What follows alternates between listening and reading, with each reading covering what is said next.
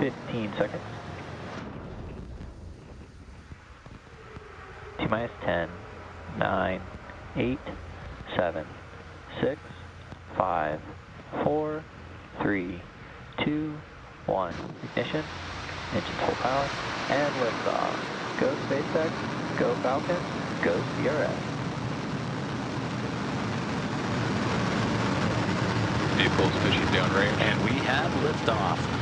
NASA's SpaceX 31st commercial resupply mission is on its way to the International Space Station, carrying science, supplies, and the spirit of exploration.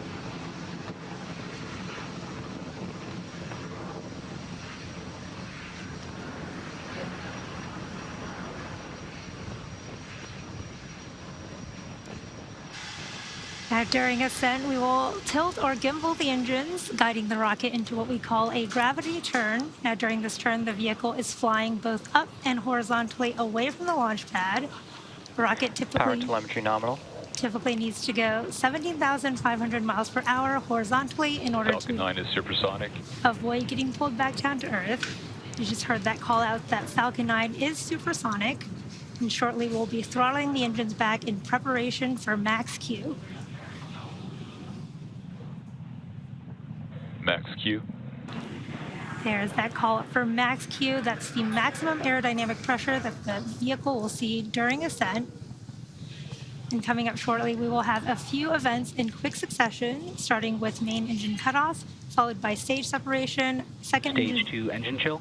second engine startup 1, and the boost back burn of the first stage.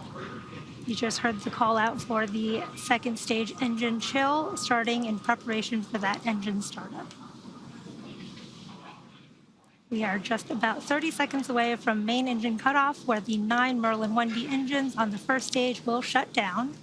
Shortly after that, the stage 1 and 2 will separate from one another, and the MVAC engine on the second stage will start.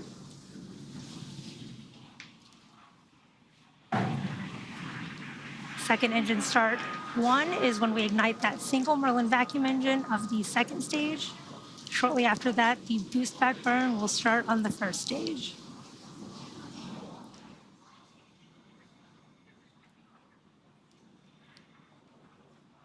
There's main engine cutoff. Main engine cutoff.